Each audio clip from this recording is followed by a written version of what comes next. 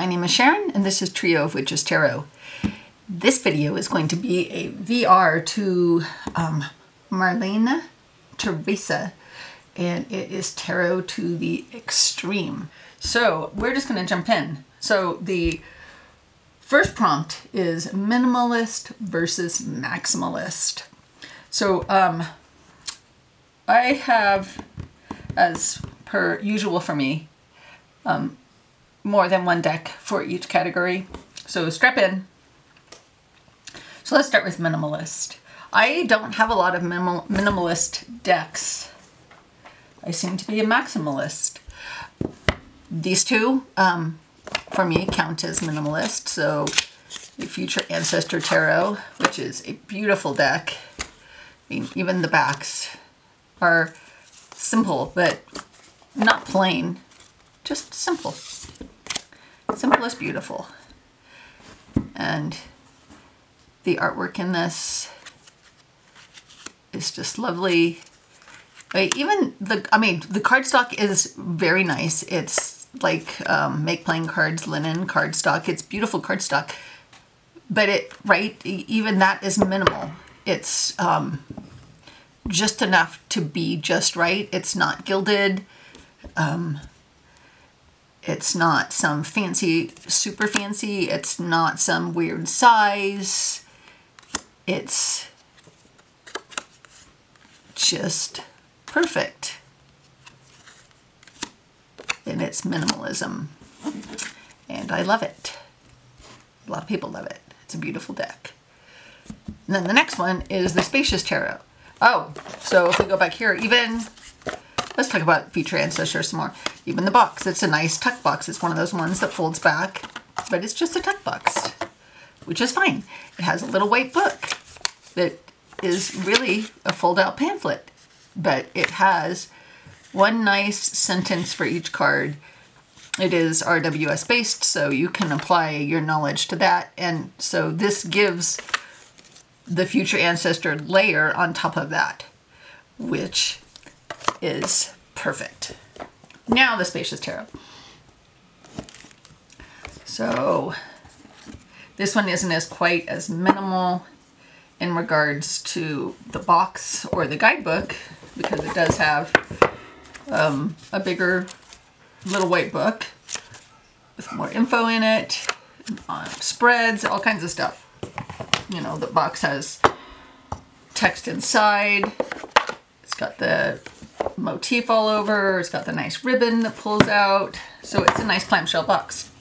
The backs are pretty minimal, but again, they're perfect.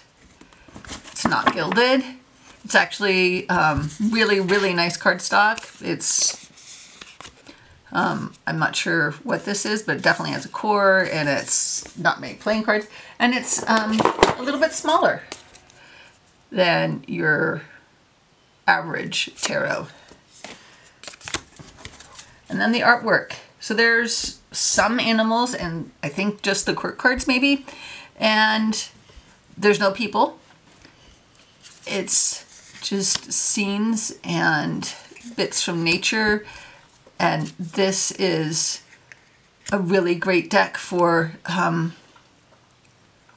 visualizing yourself in the scene and placing yourself within what is happening in the card, so you're not distracted by whatever those people might have been depicted as, or the animals. And it is this card actually brought up a lot of stuff for me, and I journaled a lot on this card. So Spacious Tarot, minimal, but minimal does not mean too simplistic or not profound. Okay, so those are my two minimalist decks. Oh, yes, I remember now. They were doing a side-by-side of the minimalist and maximalist, so I won't put these away. I'll leave them out for that. Now let's get to Maximalist. So this is the Pearls of Wisdom. I mean, even just look at those backs. Woo, woo, woo. The size, big. So it's not gilded. I think I ordered this on Make Playing Cards or Game Crafter, one of the two. And this is by Roxy Simhermsen. I may be pronouncing that incorrectly. And there you go. There is so much going on in these cards.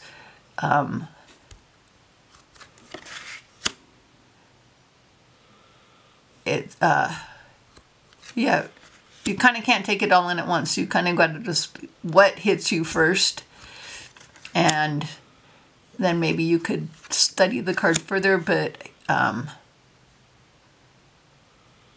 you know, I can't work with this without just, I have to pick something to focus on because there's just so much. This is great, lovers. I love it when they do that with the trees. More than one deck has that.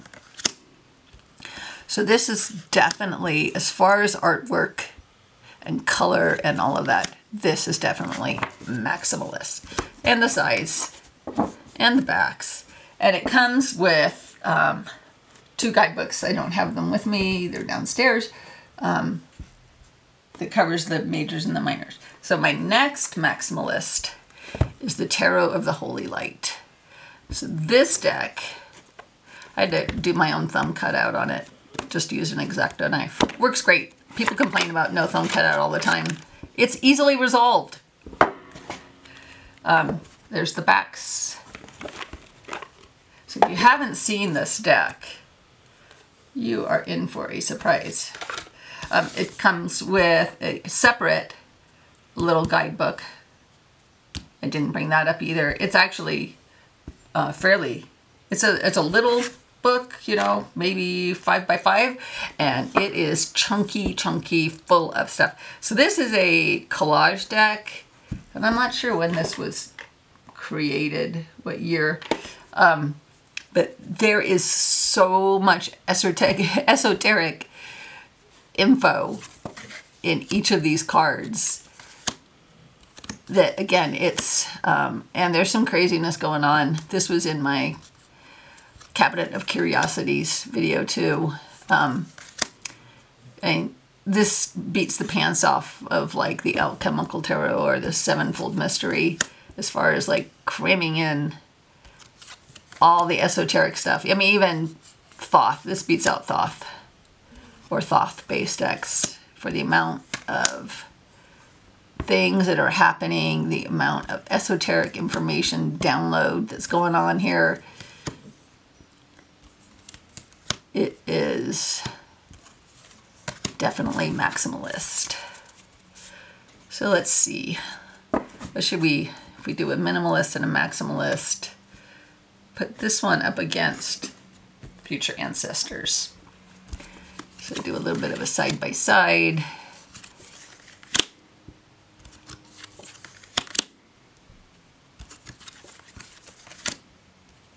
Yeah. That's a nice contrast, isn't it? Okay, let's move those 2 out of the way. And then we'll put the Pearls of Wisdom, that's upside down, there we go, up against the Spacious Tarot.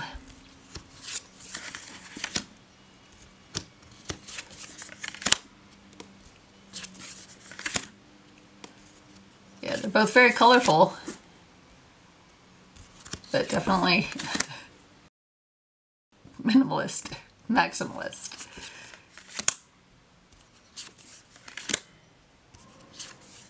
So that's the Spacious Tarot and the Pearls of Wisdom. So for the Pearls of Wisdom, just as an aside, I found the perfect little bag for it. So I go to the secondhand stores and I find these little purses. And then, you know, just cut off the straps for it. And they are great for the bigger decks. So I felt like this was the perfect bag for this deck. Overrated versus underrated. It's the Enchanted Tarot. And it is cool. And I have the mini, which I found because Simon of Hermit's Cave actually talked about this, and it comes in a little kit, which is actually cool. And it comes with a DVD. Like I have a Mac. I don't even have a DVD. I'd have to separately have something to play that. But it has a cute little book, and it's small, and it was and it came with this little bag, and it's inexpensive, so I took a chance on it. So like I was saying, it's a great little travel deck. It's got non-offensive artwork in it. Collage with fabric. It's just not my favorite. And I don't know if the quality of the printing on a bigger deck is better, because I don't have one, but I'm kind of disappointed in the quality of the printing. I mean, the cardstock is great. It's bendy. It's perfect for a little mini deck. You can riffle shuffle it. I just don't love it. And I don't get why people rave about it. I mean, it's fun. And that's nice. This is nice, a nice night. But maybe if it was bigger art, it would like resonate more. But I don't feel compelled to spend any more money on this deck than I already have, because I have the mini and it's fine. And so there you go. So that's my overrated. And of course, overrated is totally subjective. Just means other people like it and you don't. So this is underrated. And for this deck, the Daniloff Tarot,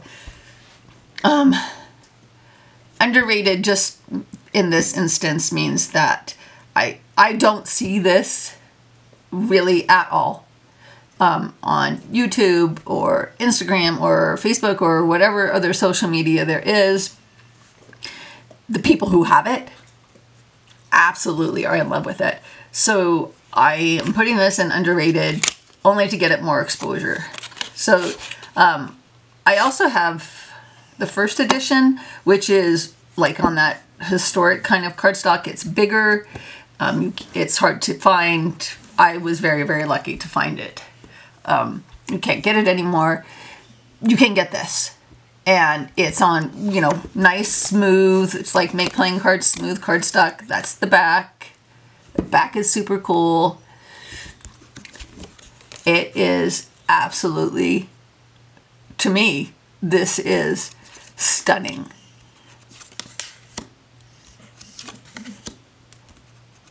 This is like work of an artistic genius who knows tarot. And Alexander Daniloff, I believe he is a Russian transplant to Italy. I don't know at what age he transplanted there. He clearly speaks Italian fluently. His website is in Italian, but also English. But he also has decks that are very, very Russian. And this feels like Italian, like Ritalian. There's something very Italian about it, and there's something very Russian about it. And this, I don't know, that, you know, I get totally Samson and Goliath feels from this thing. Anyway, so that is the Daniloff Tarot. And I will share links down below for all the decks. So if you care to try to find one, you can. I will try to share find the link. I think I got this on Amazon. Anyway, so yeah, this isn't in order. This is, but that's okay. You just kind of get the idea of the difference in the art style here.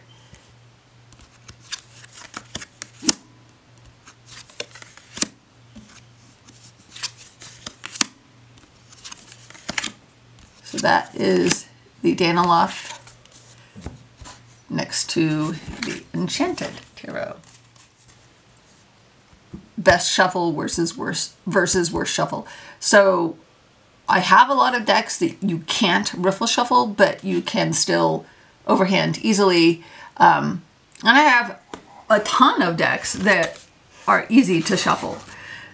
So I kind of wanted to just highlight one of my new decks that I got from Make Playing Cards, Drive-Through Cards, I don't know, I'll provide a link below. It's called the Imaginarium. It's by a Filipino artist, and I've been kind of thinking about whether or not I want to get this deck for a long time. There's the backs. It's like Make Playing Cards Smooth 300 something. And it has a little pamphlet with keywords.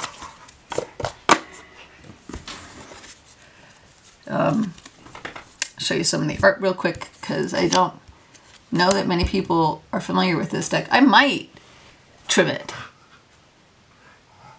but I do like that it has different keywords for a lot of the majors, maybe some of the minors. Yeah, so I mean, maybe I would do like a 3-sided trim and leave the bottom on because I don't know that I need the number. Let's see. Yeah, see, so the minors, it's on the bottom. I might have just convinced myself to do that. I really love this deck. Anyway, that's not the point of this prompt.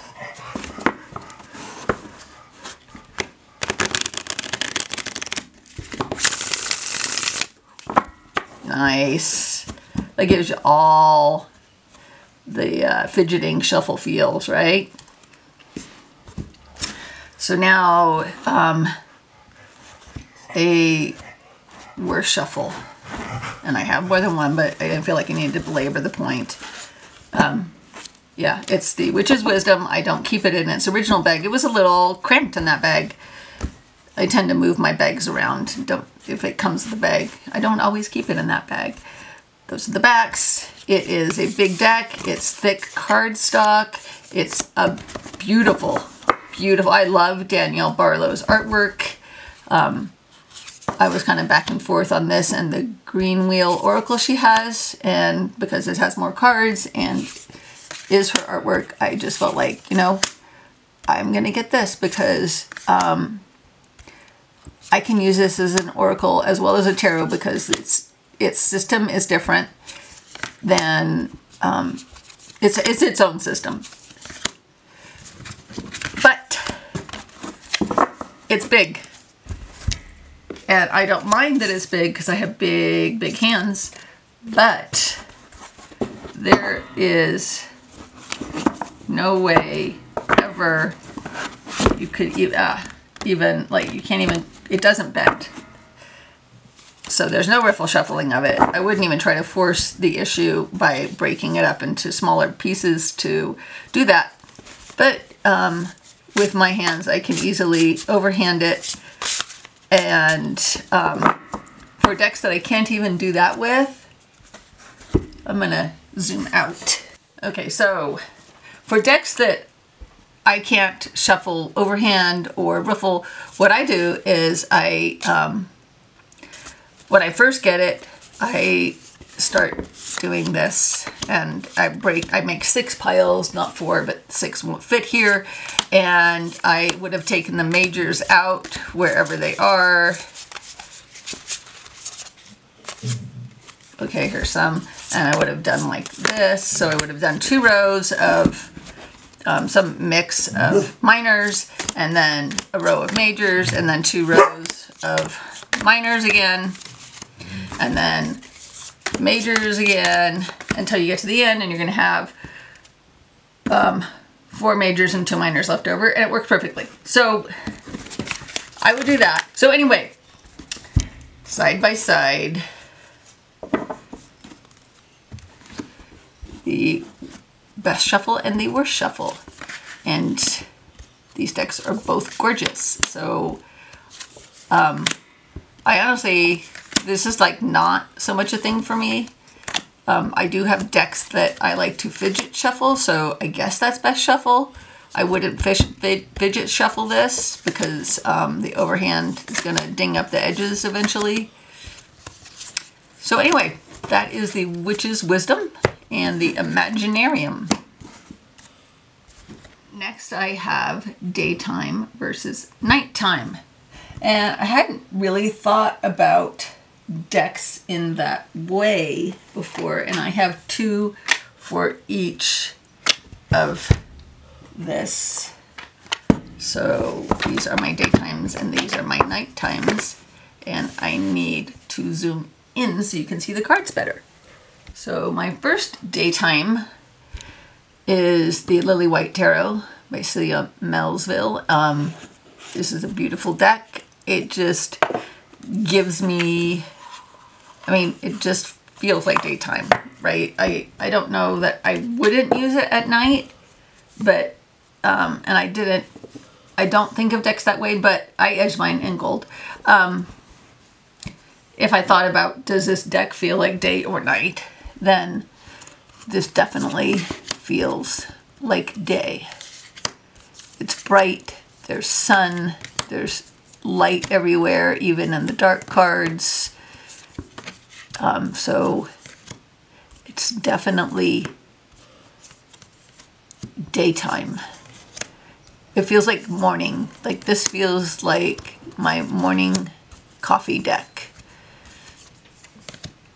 So that is the Lili White. And then my second daytime deck is the Lovely Day Tarot. Again, this just feels like a morning coffee deck. I think you can order this off the creator's website.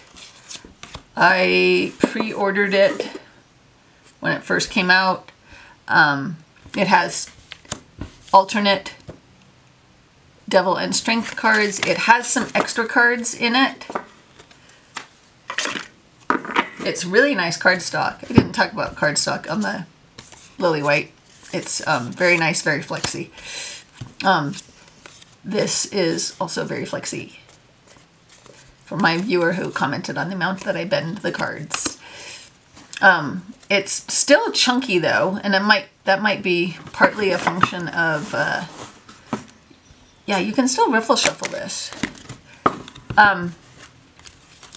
It might be hard with people with mobility issues on their hands or smaller hands. Again, this just, there's so much light in this deck. It definitely feels like morning to me.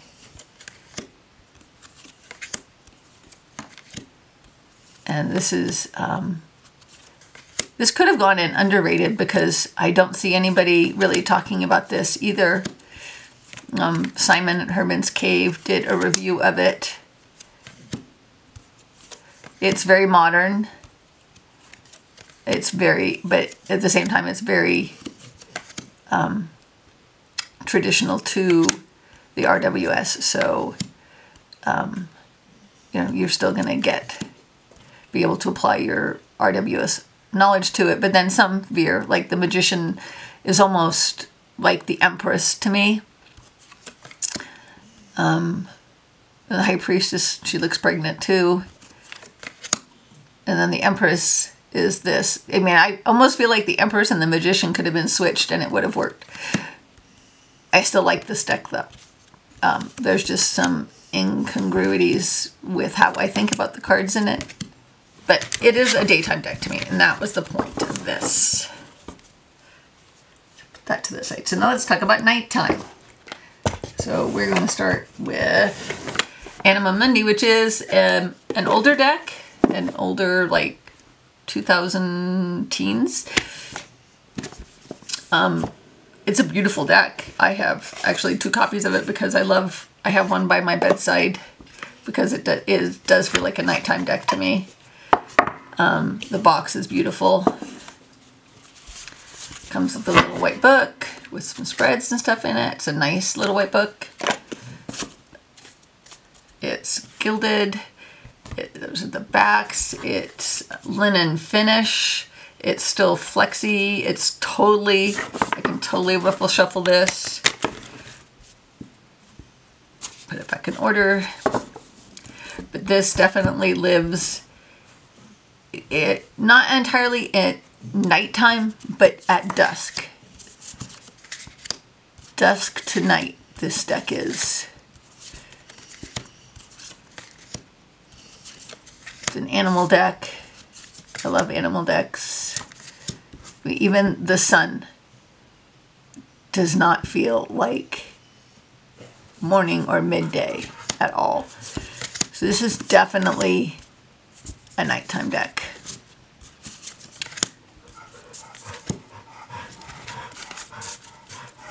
So that was Anima Mundi. And then the next one is Intuitive Night Goddess. And I have the artist's edition. I ordered it from her website rather than mass market. Love the backs. I love how they blend in with the box.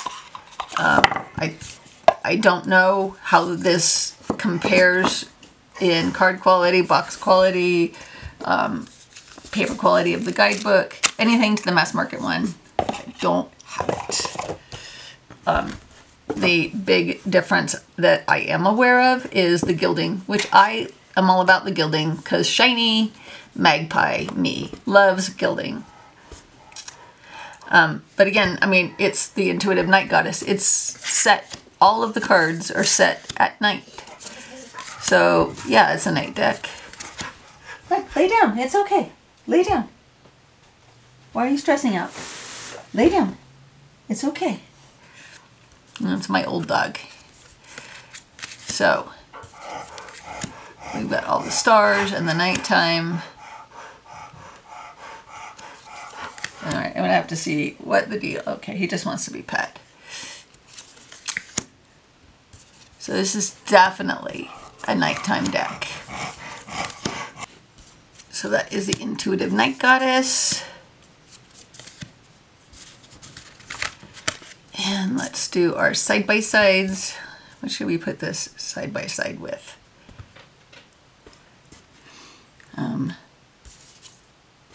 Let's think about this for a second. Yeah, we'll do that. So we'll put it side-by-side with the Lili White. So daytime and nighttime.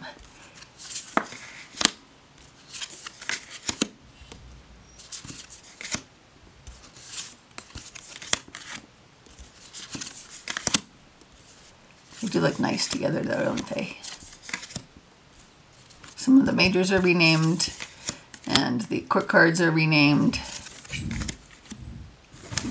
Okay, so that is Intuitive Night Goddess versus the, well, not versus, but up against the Lili White for daytime, and then the Anima Mundi next to the Lovely Day.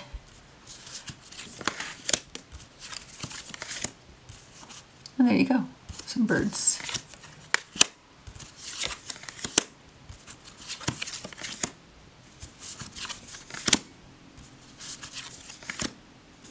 So that's the Anima Mundi and the Lovely Day. So that is, those are my daytime and nighttime selections. The next prompts are Confronting versus Comforting.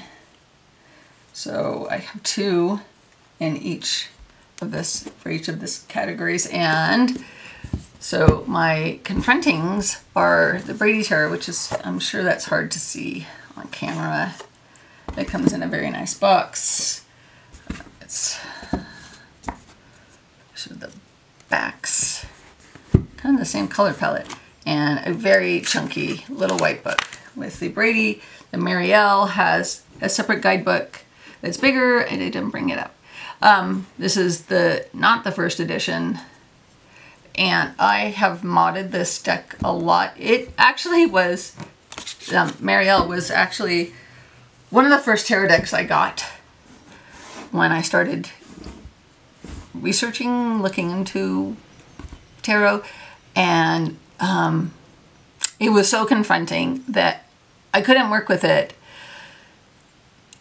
So I just started modding it. I might have got a little carried away with some of it, but it liberated me in a lot of ways. It liberated me so I can use this deck. It liberated me that I could mod decks, and so I should be flipping cards.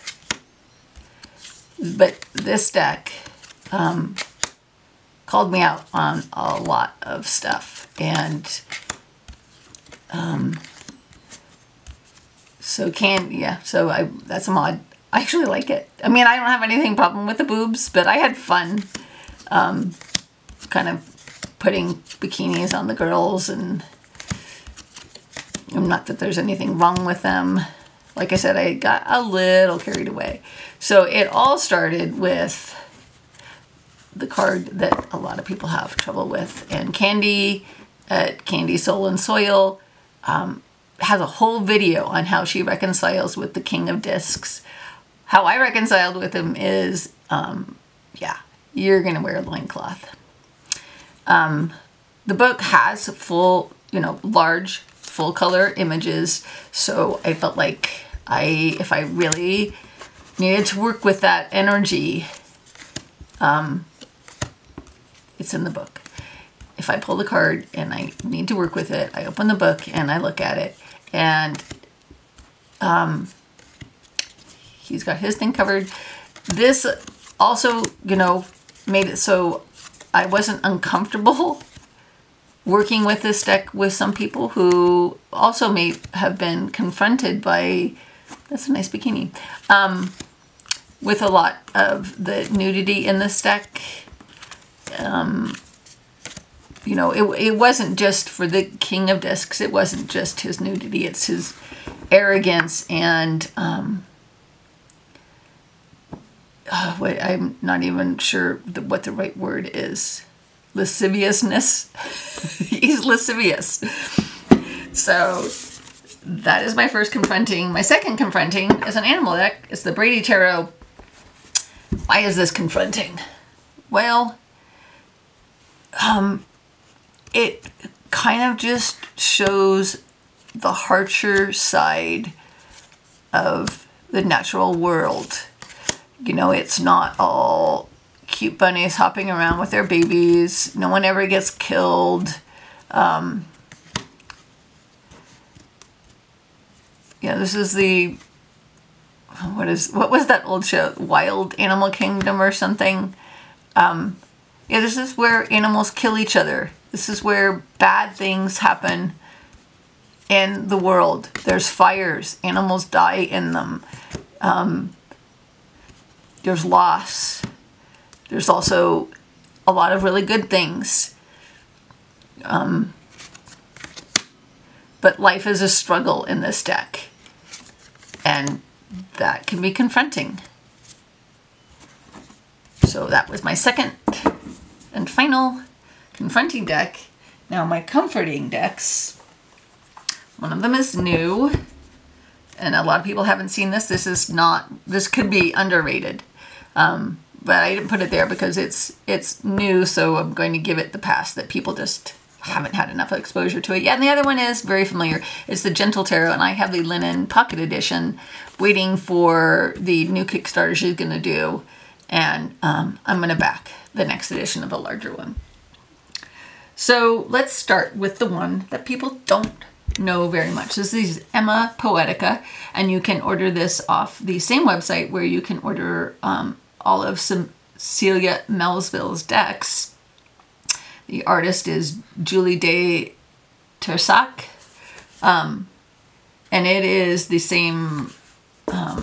It's a little bit different because I don't think any of it. I guess Boo comes in a clamshell. It's a really nice box.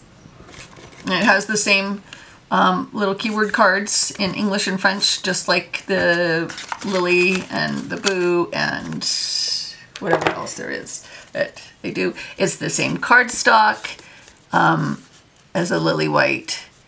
Those are the backs. They're really pretty. It's actually embossed, which kind of disappointingly ends up showing through on the front. I don't know if that's going to show up here. You can feel it though. So anyway, this is almost as close as I get to adorable, although I have Boo, and that is adorable in the extreme. But just this artwork and the way it's so beautiful. Everything is presented. Let's get to Death and see what Death looks like. So the Hangman, he looks happy. Death is, I love this doesn't shy away from it, but it also is not so confronting in the way it's presented. It just is cute in that folk art way of cute. It's RWS, so, you know, it's easy. You don't have to think hard. It's kind of pippish. And I don't know, I just find this comforting in the same way I find Lunne comforting. I was trying to limit the number of decks I have, and I'm going to have Lunne, I think, in a different VR. So I just wanted to highlight this because it's comforting and not enough people know about it. I was going to do my side-by-sides, but oh, I haven't done Gentle Tarot yet. So Gentle Tarot, I think you would have to work hard to have missed this on TarotTube. This is, like I said, the linen edition. It has a couple little cards. It has a PDF guide, and I have ordered the larger guidebook, which should arrive soon. And then, like I said, I will be backing the bigger deck when it comes. But this is a nice size if you want to carry it around. You know, there's a lot of non-traditional imagery in here, a lot of nature, which I like. This is like a nice balance for me between people and nature.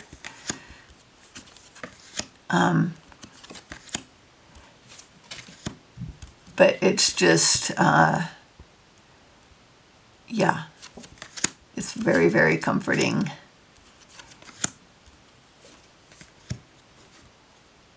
And I just don't want to be confronted, comforted instead. This is definitely a go-to deck.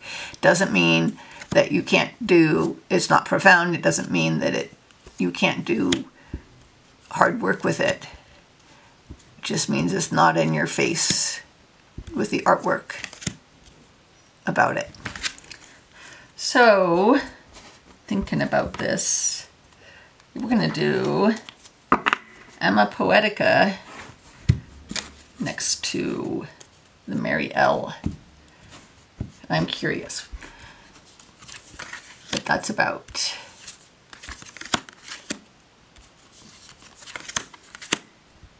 Yeah, I think this demonstrates the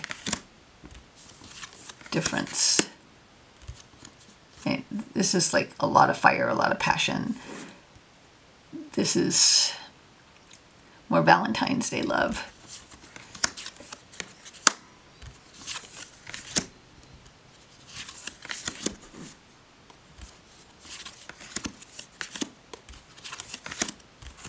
Let's see, let's compare. So there's the Hangman. I mean, very different. Death. Although this is one, Marielle has one of my very favorite death cards. Love this death card.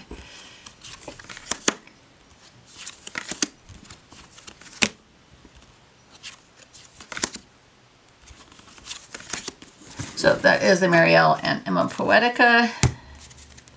Goes out of the way, and then you know what's coming next, because it's going to be the Gentle Tarot next to the Brady.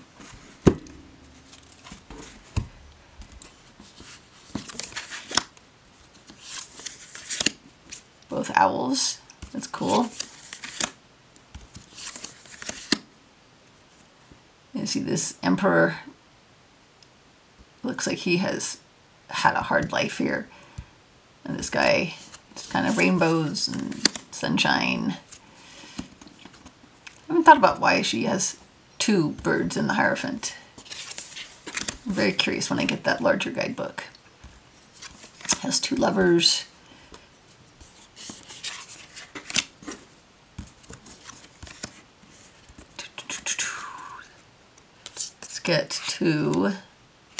Let's do the wheel next to each other.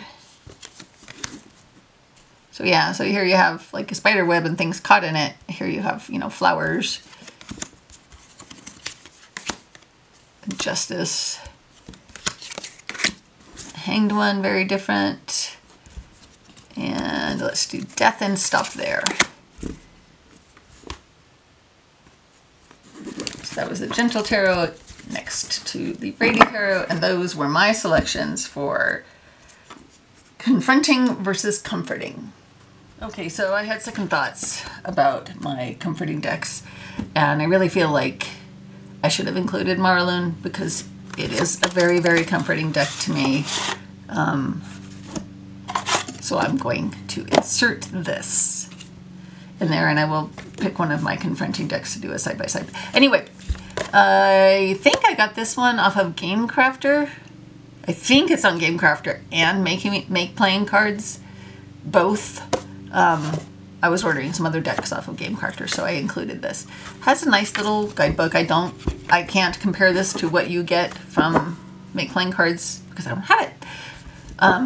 I edged it in this green, which I thought went really nicely with this kind of minty green here on the backs. That's the backs. It's, you know, it's kind of a linen, like it looks like it should be linen, but it's super still smooth. You don't feel the ridges. Anyway, this deck, maybe my most comforting, has two Lovers cards. I love the colors. I love that it's borderless. I love the artwork. I love that it's watercolor. I love that sun. Ace of Wands. You know, it's still tarot. It still has all the things. It still talks about all of the topics, but it's in a world, for me at least, how I see it, of a family. Like, everyone in this deck is a family or a village maybe, and they support each other. They love each other. Maybe sometimes they fight, but they make up. People maybe have to go away for a while, but they're going to come back. And everyone supports each other. And that is why this deck is comforting to me. So let's figure out which of the confronting decks I want to put this up against. Be right back. Okay, so rather than choose another confronting, we're just going to go up against, or next to, in contrast with, Marielle. So Marielle is this world where there's all... Something was out of place there. High Priestess, where's Empress? There she is. This world where there's all these people who want to take you on a journey, take you to the hard places. And Marlene is this place where you can go and you can confront some of that stuff, but what happened again? Something's out of order. Wherever the Hierophant is, where is the Hierophant? Dunno. This is somewhere where you can go and they will be supportive of you. They will nurse you through that difficult time. And this is where they're like, we are going to take you on a vision quest. And it's going to be really, really hard. And we'll be there. But yeah, you got to do the work. And this is where you go after you were in the Marielle world. You're like, I was just at Marielle. And they're like, yeah. Come on in. Would you like a cup of tea? Would you like some cookies? Would you like to talk about it? No, you don't want to talk about it? That's okay. We don't have to talk about it. We can just sit here and have tea, go for a walk, go out to the garden, pick some flowers. Everything's going to be fine. We know Marielle, she can be really difficult. We get it. So yeah. So the next prompt is light work versus shadow work. So I have two decks for each of this category. So we're going to start with light work. Excuse me. And the first one is going to be this. So as you can plainly read, it is the Tarot of the Sevenfold Mystery. It's by Robert M. Place. He publishes, I think this is his publishing company, Hermes Publications. And he has these really nice linen boxes. Comes with a little guidebook, which is really great and concise and insightful. He has written a lot of books. So there are books you can get to get more insight. These are the backs. So this is when I'm thinking about light work. It's work that I'm doing to level up my spiritual side. So that, you know, that's kind of what his decks are all about. Is, you know, he does a lot of things, talks a lot about Hermeticism and alchemy, Neoplatonism. So that's what this deck is about. That's what it's meant for. It's not confronting. It doesn't hold up a mirror to the things I don't want to face necessarily, in a hard way at least. It is more intellectual. I guess that's the word I'm looking for. So it doesn't grab me in the gut. It doesn't go into that dream space, that space where I really have to feel the hard things as much as I can reason about them. And so, yeah, light work. Number 1 is the Sevenfold Mystery. It's a beautiful deck. Love his decks. The next one is Ember and Aura. And this can be a little bit polarizing, actually, if you're not familiar with this deck, or how some people don't like it. Then you're going to see some cards, and maybe you'll understand why. It's so the creator created it as a spiritual tool. She talks about tarot as a spiritual tool. And where does she talk about? So I'm going to read just a little bit from the artist. Dear Seeker, this deck was conceived during my stay at Sanctuary of the Rose, an adobe casita in the woods near Pikes Peak. So this is California. As a mother of 2 young children, I had escaped to this idyllic setting to enjoy solitude.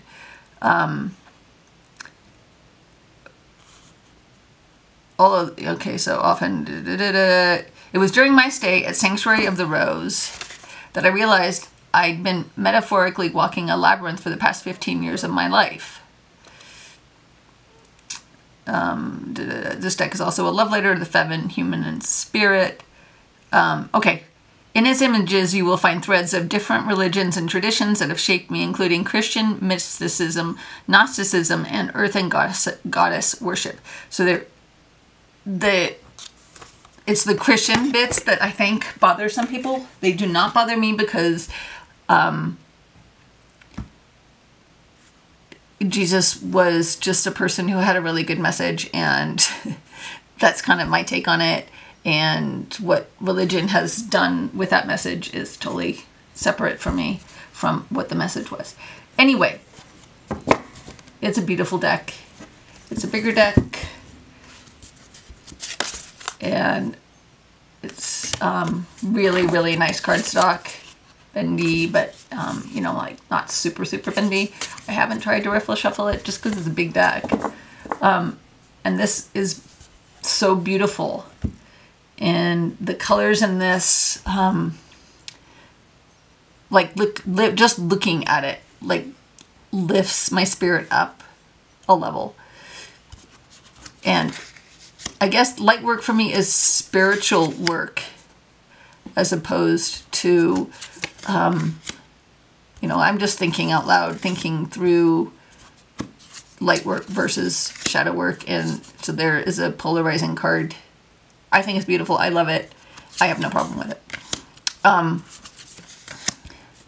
So anyway, light work equals spiritual work for me, and shadow work equals emotional work, trauma work, confronting your own shadows, the things about ourselves that we don't want to face, we don't want to admit. We all have a dark side. Maybe, you know, there's degrees of dark, but we all have a dark side and a light side. And so there's that. Anyway, that was Ember and Aura. Now shadow work. So Tarot of the Abyss. I mean, just the name alone, you know, the abyss to me is that dark side. Are those things that we don't want to admit about ourselves. I edged mine in silver with a Sharpie. There's the backs. It's a really, really fantastic little white book. Yeah, this deck gets me where those things live. It just reaches in there and says, hey, what's hiding down here? Let's go look at it. Pull it out and take a cold, hard look at it. It does it in the kindest way that it could, but for me, it totally does it. You know, like this. So it's the Three of Cups, and you know, I can place myself here as this third person, and then we have the crone and the mother. She's not a maiden. You know, you can imagine that this is the maiden, or you can imagine it's yourself. And you know, you've got these three phases in your life, and you got to face that. You know, you're not going to be young and beautiful forever. So, you know, that's not usually what you see in Three of Cups. At least, you know, that's what I'm seeing in it.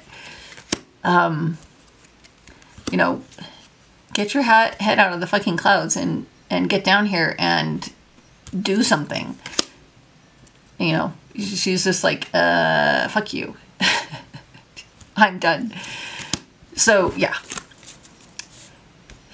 That is Tarot of the Abyss, and the second confronting, shadow work.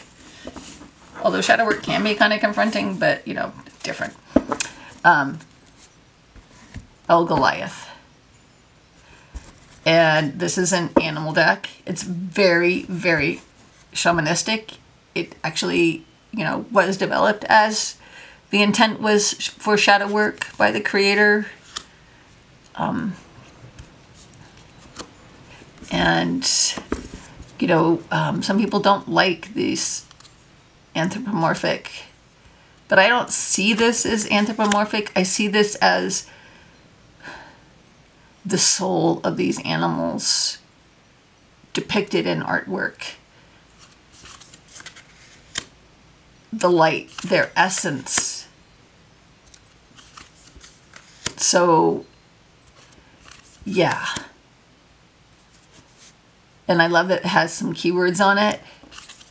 I love that some of them are, you know, have a black border and some of them have a white border.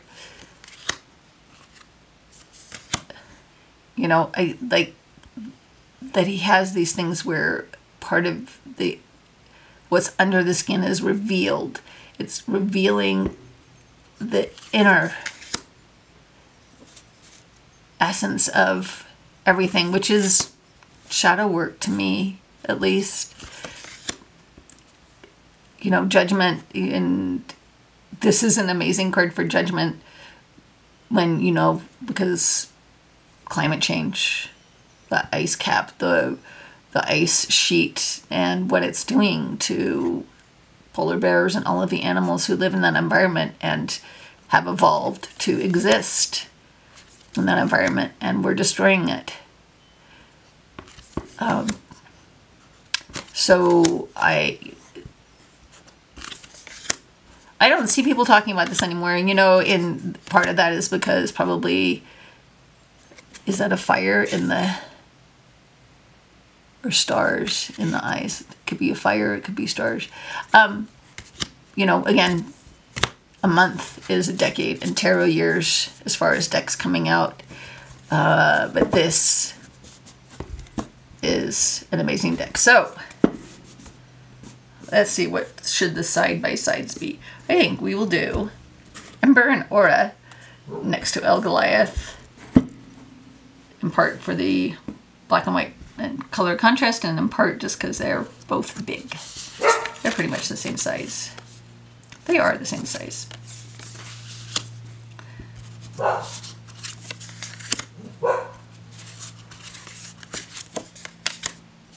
So, yeah, that's quite a contrast in Empresses, isn't it?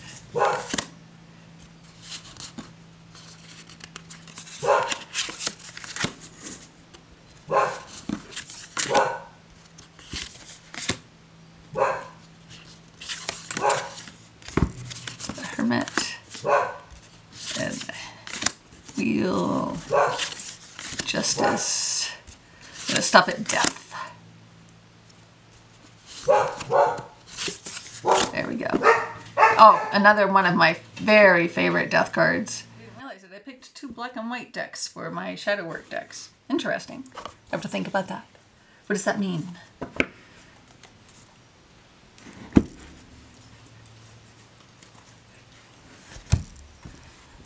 Interesting that they're both women.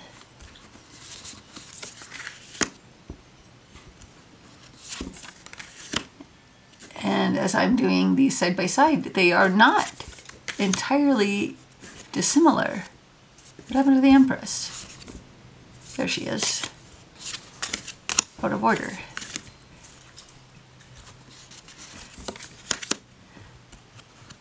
Is it just the black and white? No, no, no, it's not just the black and white.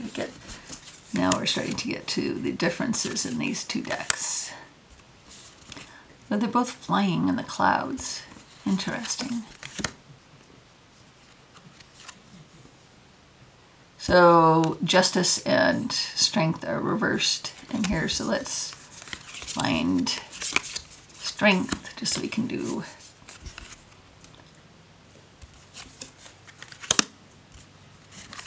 that side. So yeah, so they're here. Definitely, you know, for me at least, this is a light work hermit and this is a shadow work hermit. She's going inside and tackling the serpents within.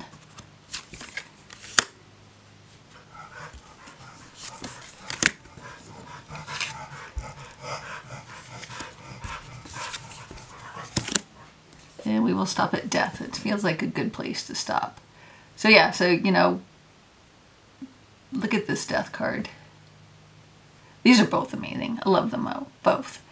Anyway, so that is the Sevenfold Mystery and the Tarot of the Abyss. So those were my selections for light work versus shadow work. I feel like this is a spot where I should be putting in some intermission music. I haven't been to the theater in ages. I don't have so many streaming services anymore. I don't know, do they still have intermissions in a single movie? Play the music, get you to go buy more candy and popcorn. This is a long video. You probably need a break. Should I play music? Should I have one of those? I think I'm going to put up a little bit here.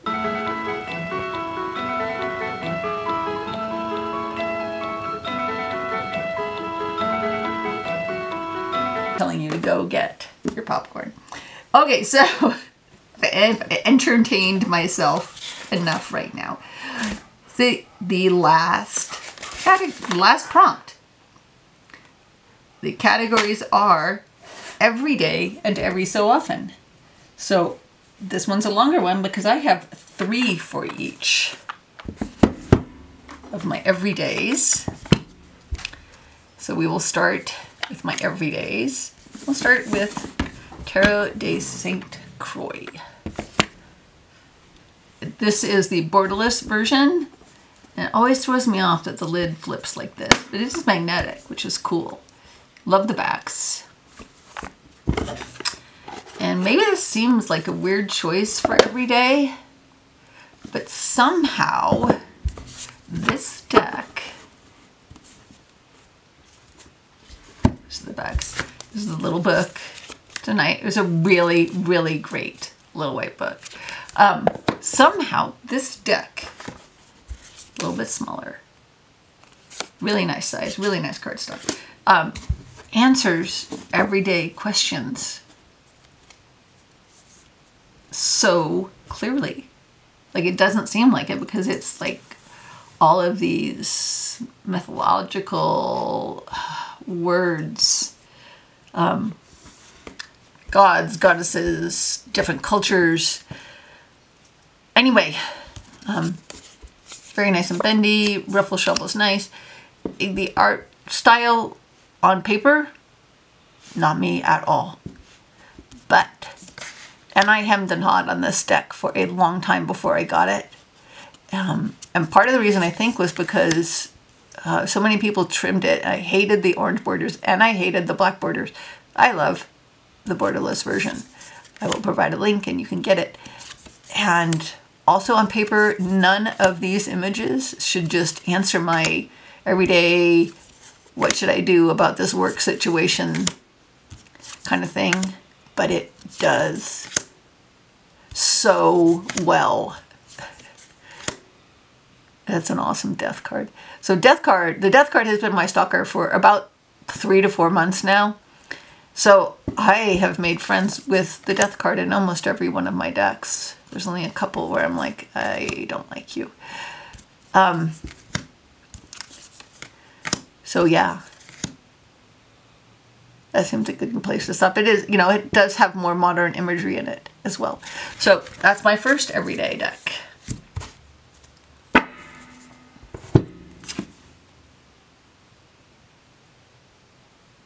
The second one is, let's go with Queen Alice, because again, this might seem like an odd one.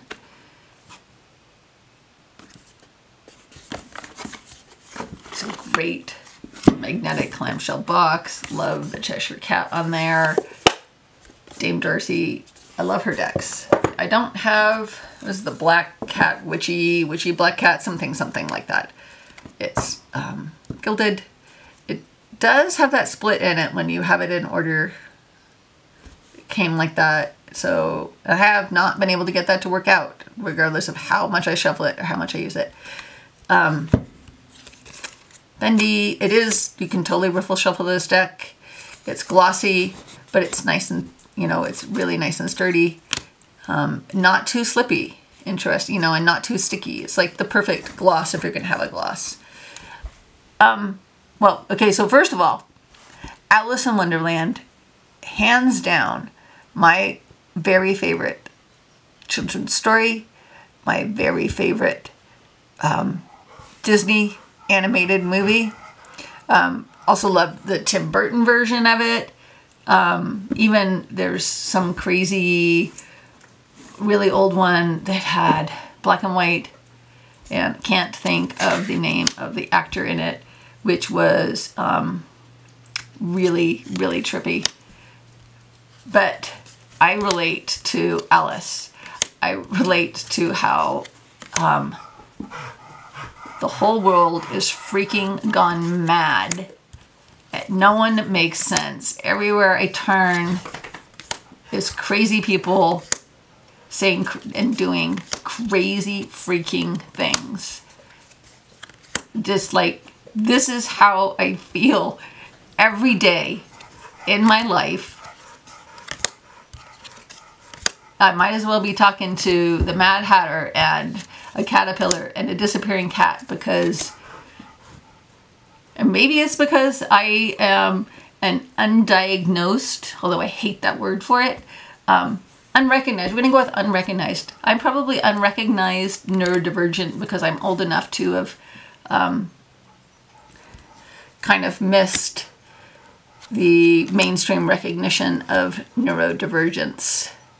And so I've always felt like I have fallen down a rabbit hole and there's no way out and everyone is insane and no one is saying what they really mean or really recognizing their own motivations and emotions and not being rational.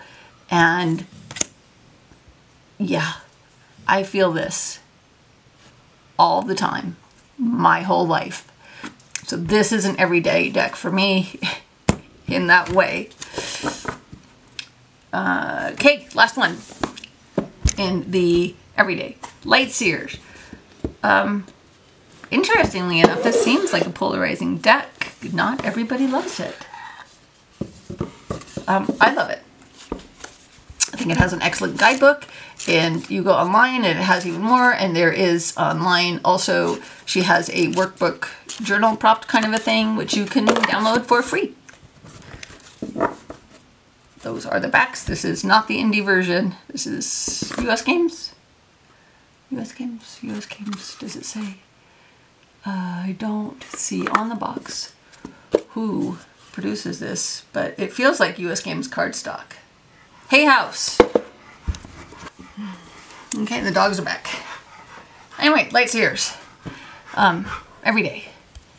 This, I love this deck, and I use it a lot for relationship questions, family dynamic questions. It seems to just want to talk about that. Doesn't want to talk about work. Doesn't want to talk about what spiritual work you should do today. Doesn't want to talk about my shadows. Just wants to talk about relationships.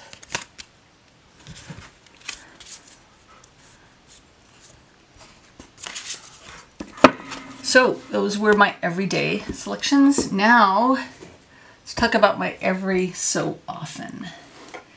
Where to start?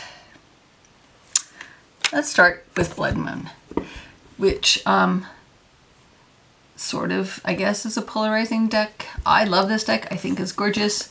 It's also one of my first decks, and so that tells you when I started tarot. And this one was actually a Christmas gift from my husband. I gave him a list of decks I wanted, and he chose one he liked.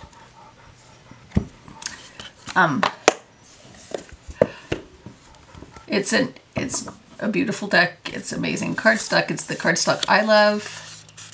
A lot like Anima Mundi without the linen. It's gilded. I also have the large art book. And this deck just wants to talk about whatever it wants to talk about. When I get it out, I kind of just have to, rather than asking this deck a question, this is more, I get this deck out and it's more, what do you want to tell me kind of deck. If I don't feel like I have a question, but I feel like I want to still read cards, this is a deck I use. Just to tell me what you think I need to know today kind of deck. So that's Blood Moon. The next one is the Raincoast Tarot. And this is one you don't see a lot. I apologize that Blood Moon is out of print and hard to find. Does come up for reasonable prices on Facebook sale groups. So look for it there if it's something you want. You will find it. And if you have the money and you want to buy a deck right now, because of the economy, decks are not going for as much as they used to. Now is a good time to get a hard-to-find out-of-print deck if you are interested and can afford it. Those are the backs. Don't love them. The rest of this deck I love. This was also in my cabinet of curiosities. And this is another deck that I just ask, what do you want to say to me? Because I don't even know what kind of a question I would ask this deck. It's so odd, so interesting, so fantastic. It tickles my funny bone in a way that I can't explain to you. It's brilliant and it's crazy. And yeah, you can get this. You can get the borderless edition. I don't know if it comes in a tin now. I actually traded for this on a Facebook group. So, yeah. That's another every so often deck. The Raincoast Tarot by Christoph James. I think he's in New York. And then the last deck of all of this is Crimson Asteria. And it's another big chunkamunka deck. And another deck that I hemmed and hawed on for a long time. And then I saw the Kickstarter version. So it's got this wonderful red edging, these amazing backs. It has a lot of extra cards. It's, oh, what's her name? Does it say here? Fox. It's Pranic Forest is the website and the Instagram account, and I am at a loss for the artist's name right now. Spicer. Amanda Spicer? That seems right. Anyway, this deck is just weird enough that I just don't use it all the time because I have to be in the right mood for this artwork. But I can ask this deck about pretty much anything. It's just, I have to be in the right mood for all this red and pink and all this odd artwork. And this same kind of creature is in the Eye of the Soul Tarot, the old de la I'm not good at pronouncing. I mean, that's a, because this is a death card I haven't made friends with yet.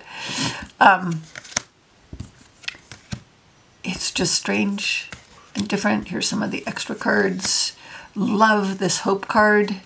Did I bypass some of them? No? Okay, beautiful. You get to see them all because I love these extra cards. You can leave them in, or you can pull them out and use them as a separate oracle. Same with El Goliath, which I didn't cover, and I have the cards separated out in El Goliath, but it does have approximately 10-ish extra cards that are oracle cards. It even has a yes and no card. Anyway, we're talking about this deck. So it's not so much that it's stubborn in the kind of questions it wants to answer as much as it is I just have to be in the mood. So that, oh, we have to do the side-by-sides. Let's choose how we want to do these side-by-sides. So let's do, this will be fun. Can you guess? Because they are both crazy. It's just crazy in very different ways.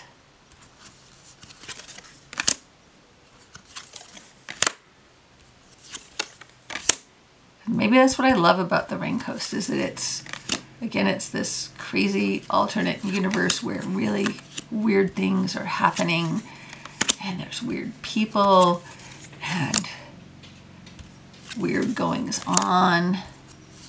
Nothing makes sense. And death. Love both of these death cards.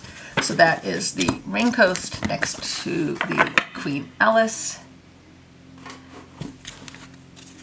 Now,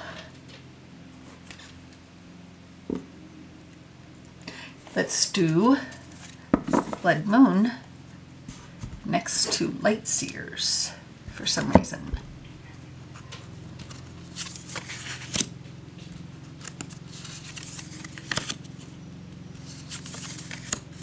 Oh,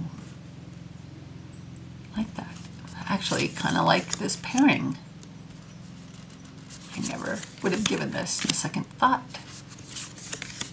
Would have never entered my mind before, but something about these two next to each other is like totally working for me.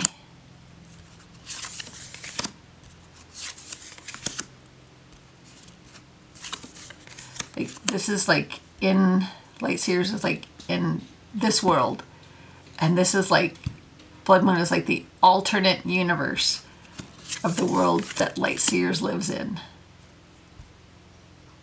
Okay, so I may have to do another perfect pairs video and put this in there because that felt like that. So that was Blood Moon and Lightseers. And then that means that our last one is a little deck next to a ginormous deck. Where did I put it? Here it is. And it seems fitting that these two very mythology-based decks would be next to each other. Definitely not a perfect pair, but a very interesting study in contrast.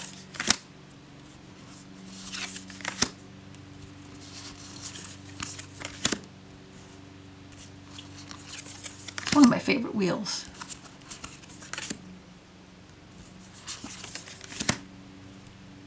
This weird bird guy. And while this isn't my favorite death, it's not my least favorite. This one, like I said, still haven't made friends with it. Okay, so that was everything. Lots of decks.